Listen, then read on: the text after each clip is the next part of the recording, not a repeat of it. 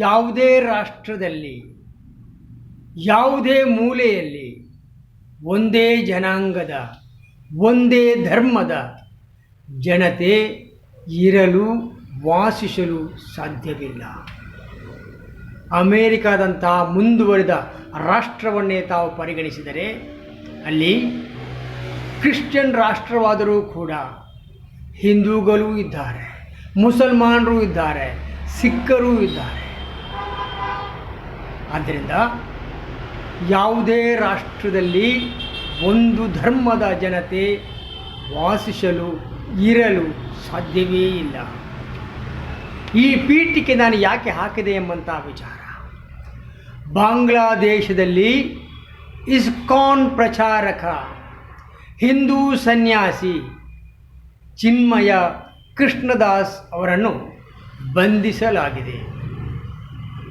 ಇದು ಖಂಡನೀಯ ಮತ್ತು ಬಂಧನದಿಂದ ಬಿಡಿಸಲು ಬಂದಂತಹ ವಕೀಲನ ಮೇಲೂ ಹಲ್ಲೆಯಾಗಿದೆ.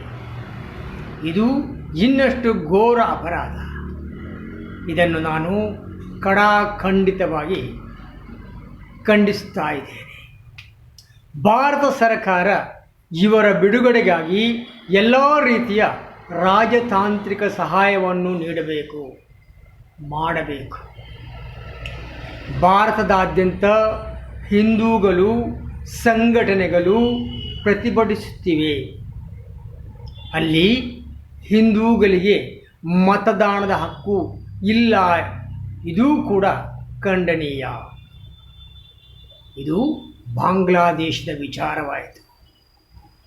ಆದರೆ ಭಾರತದಲ್ಲಿ ಹಿಂದುತ್ವದ ಸರ್ಕಾರ ಮಸೀದಿಗಳಲ್ಲಿ ದೇವರನ್ನು ಹುಡುಕುವುದು, ಧ್ವಂಸ ಮಾಡುವುದು ಅಷ್ಟೇ ತಪ್ಪು.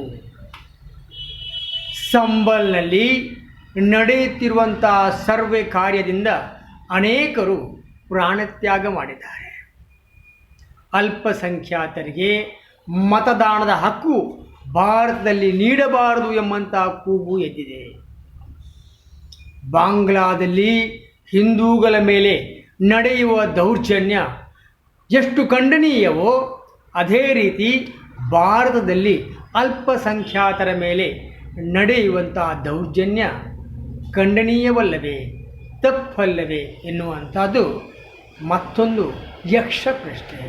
ಆದ್ದರಿಂದ ನಾವೆಲ್ಲ ಸಹಬಾಳ್ವೆಯಿಂದ, ಪ್ರೀತಿಯಿಂದ ಜಾತಿ ಧರ್ಮ ಮತಗಳನ್ನು ಬದಿಗಿಟ್ಟು ಈ ದೇಶದ ಅಭಿವೃದ್ಧಿಗೆ ಮಾರಕವಾಗದೆ ಪೂರಕವಾಗಿರೋಣ ಎನ್ನುವುದೇ ನನ್ನ ಮನದಾಳದ ಮಾತು.